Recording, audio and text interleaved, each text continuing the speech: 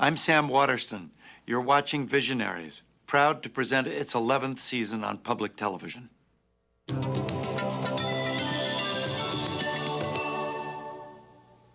Visionaries is produced in partnership with the Ash Institute for Democratic Governance and Innovation at Harvard University's John F. Kennedy School of Government. Visionaries was made possible in part by the Exposition Foundation, Incorporated, the Kenneth A. Scott Charitable Trust, a Key Bank trust, and by Dr. Fred Eshelman. Additional funding has been provided by the following.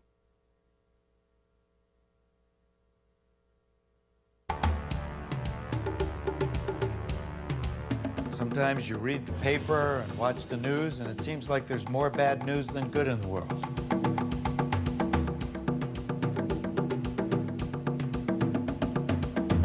But you know what? It's just not true. I at least can hold on to something, that there's something, maybe it's small, but there's something that I'm doing to make a difference. It's just a feeling that you have. If you can help people, you have to. There's no alternative. Every child has potential that we just can't know. And so, to my mind, that's what we're doing. We are saving potential for the future.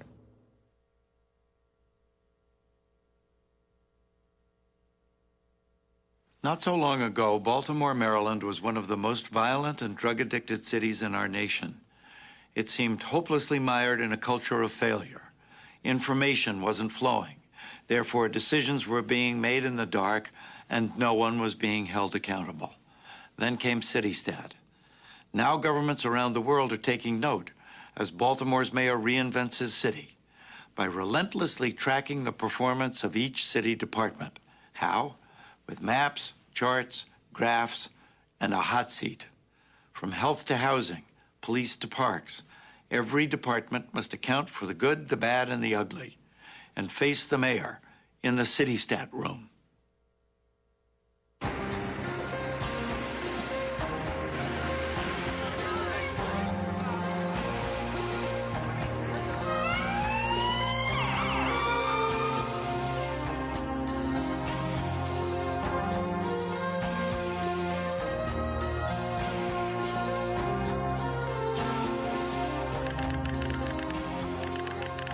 Why does it take 45 minutes to get an answer from the field? A lot of the information is not inputted at the time. What does that mean? They may check 1,000 vehicles during that day. They got to spend 30 to 45 minutes administratively waiting every time. It does cut in. I agree with you. It's bad information already. Right. You could have 164, but who cares if the information's bad on the front end and it's not being put in a timely fashion? We should fix the things we can control right We now. have been fixing the process. That's why we're getting the data now. I had a city government that basically was very down on itself and its own ability to improve performance. And I needed a way to move us forward quickly. And so I knew that this worked. And it also, maybe it's something about the fact that I'm a lawyer. I mean, having been in the courtroom a lot, I am very comfortable with the sort of questioning and the back and forth, the answers and the questions, and that sort of cross-examination, direct examination way. Well, we got you up there. Let's talk potholes a little bit. How we doing? We're doing actually very well with our potholes. We're continuing to maintain 100% on our 48-hour pothole guarantee. If you only have to be accountable once a year, you're going to work against that deadline. But if you have to be accountable every 2 weeks, you're going to want to improve your performance every 2 weeks. It's a fact of human nature. And we're still on target and schedule to complete the program in November when we originally said. Did you know that? No. CitiStats how Baltimore is run. We measure performance of every element of city government, and we try to use it to set goals and improve how we do things around here. The combination of the customer service model of the 311 center with the performance measurement of CompStat, that had never been applied across all of the city departments. We take information from a number of sources, financial, operational, service, citizen demand. Someone encounters a pothole in the street, they dial 311. They give us the location, the address, and instantly that information is available to anyone in city government. Good morning. How you doing, James? Good morning, Paul. Here's your 311s for today. Why don't you go to Kelly Avenue Bridge first? This is on the bridge deck. We then use that information to deploy our resources within our Department of Transportation or Department of Public Works. They abate the complaint, and then they close out that service request. At CitiStat, every 14 days, we review that information, and we see how well the government performed in meeting those customer demands. Well, it was a little hectic at first, but we were backlogged with a lot of potholes. Level of efficiency, I feel, has gotten way better. You know, this way, you're actually doing something that you're getting a citizen that reported wants done. You're actually getting that, like, firsthand through this computer-generated system of complaints. And it makes you feel better that you take care of somebody's problems. We literally have anywhere from 6 to 8 of these meetings every week, and there's a tremendous amount of prep time involved. So you can take, 70, 80 pages of data a week from a department, but you got to translate it into a series of charts, graphs, pictures, and maps, which tell a story of performance. So that as you're having these discussions about who's doing well, who's doing poorly, you have these pictures as a backdrop behind you, and, it helps people understand the issues much better. Look what Chicago does. This is from their website, or this is from Revenue Authority? Chicago can do it, so can we. All right, sir. Well, on this side of the table, you typically have the mayor's, what he likes to call command staff, the people who, if you get them in a room together, have a very good, productive discussion, the people who are able to make decisions and make commitments on behalf of the government. Yes. I was scared to death. I had no idea what this was. I had no idea what this process was. Those underachievers not only are being counseled, and we're looking into their performance, but we're also going back to give them some retraining.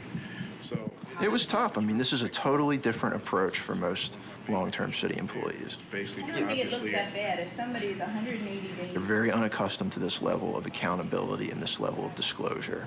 And you've got people who maybe had seen the mayor once in their whole life, typically at a parade, who are now interacting with him every 14 days. So every time someone needs to verify something out in the field, they don't have to wait 45 minutes to get an answer. I was just telling someone on my staff that I still get nervous when I go to CitiStat, even though I've been on both sides. I've been an analyst on the other side of the table. Now I'm at the podium, and I still get nervous. I don't get as nervous as I do anxious. I realize that everybody, the mayor and his cabinet, are my superiors for 9 days a week. I don't look at them as superiors on that day. I look at them as team members.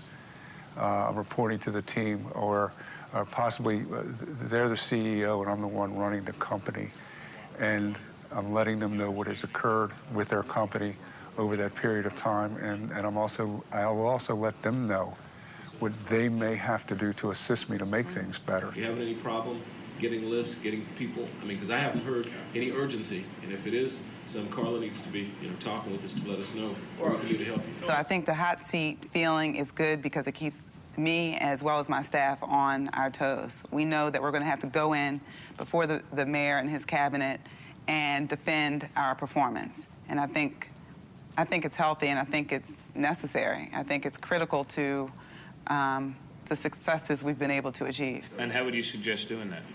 I guess the city could kind of, dip into our own pocket? What's your second best idea?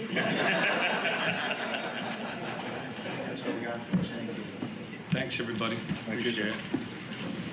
The minute this meeting ends, within 24 hours, there is a memo that goes out to that department saying, here are all the commitments that you made. Here are all the things we expect to hear about when you're back here in 2 weeks. And it is relentless, and we're proud of that. CitiStat means that it's more like the watchdogs over us, more or less. To watch and see what we do, how we do it, how long it takes us to do it, how much it's going to cost us to do it, that sort of thing. To me, it's annoying because there's a lot of people that don't do our job, trying to do our job, tell us how to do our job. I would say 10 years ago was different as far as getting things done. It wasn't a lot of pressure. It was still like, oh, you got that good, if you didn't, we'll get it tomorrow. today is now. So, get it, please, now. Make unreasonable demands, and you'll get reasonable results. So we have high goals. We want to be the greatest city in America. Why struggle to be the 18th greatest city in America, you know?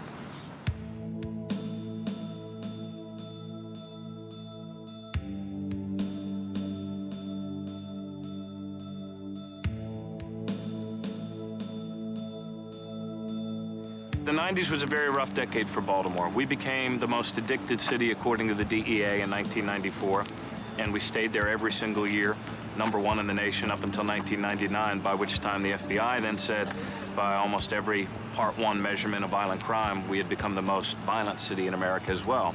And of course, nobody wants to stay in a city or invest in a city that's becoming progressively more dangerous, more dirty, more unhealthy.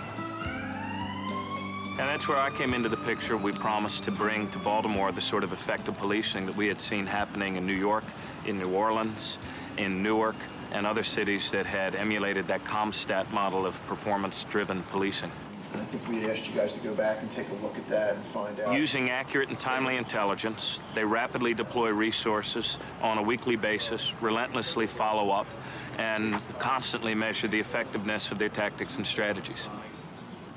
You know, you look at the simplicity of it and the common sense of it, and you think it could have applications to other things beyond policing. You know, it's a pretty quick and natural move. Folks, this is what we're going to do citywide, and we're going to be the first city in America to do it citywide. And we did. The bottom line is for neighbors, as I understand it, if the streets are clean, if they feel good about the neighborhood, then we're all working for better. They may not know about CitiStat, but that's okay because we know things are getting better. And we track how things are getting better. CitiStat tracks how agencies are doing in the city government to try and make things better. 3, 5, 4, 5. Listen to the boys drum. See that house. Sharp Leadenhall is the oldest Afro-American community in Baltimore City. This community was established in the 1800s. Right. Yeah. The neighborhood in the past had been neglected. We have not received the kind of services from the city as far as improvements on a timely basis. We have learned how to use the census tract information and how to navigate through all those numbers and systems so that we can show the data for our community to get the city to respond more to our needs. Street improvements, sidewalk improvements, and children need a place to play. And one of the things that's our focus at this time is using our numbers so that we can get better youth services. Pride was brought back because we found out we could do something to advocate for ourselves, to get more of the services that we rightly, deserve. To me, government accountability is sort of a no-brainer, but yet there's no government that's really been doing this in the way that the city government has been doing it. So I think from just a citizen standpoint, it's positive that things are going in that direction. It's not perfect, but it's getting there.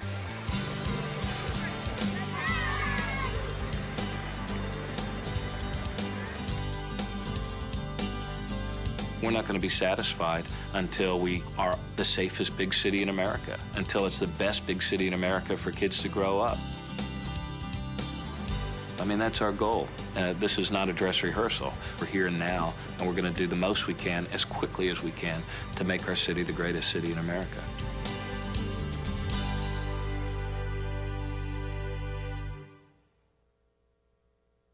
For the Visionaries, I'm Sam Waterston. See you next time. If you would like more information about Visionaries, the organization's profile, or would like to recommend a story, please visit our website at visionaries.org.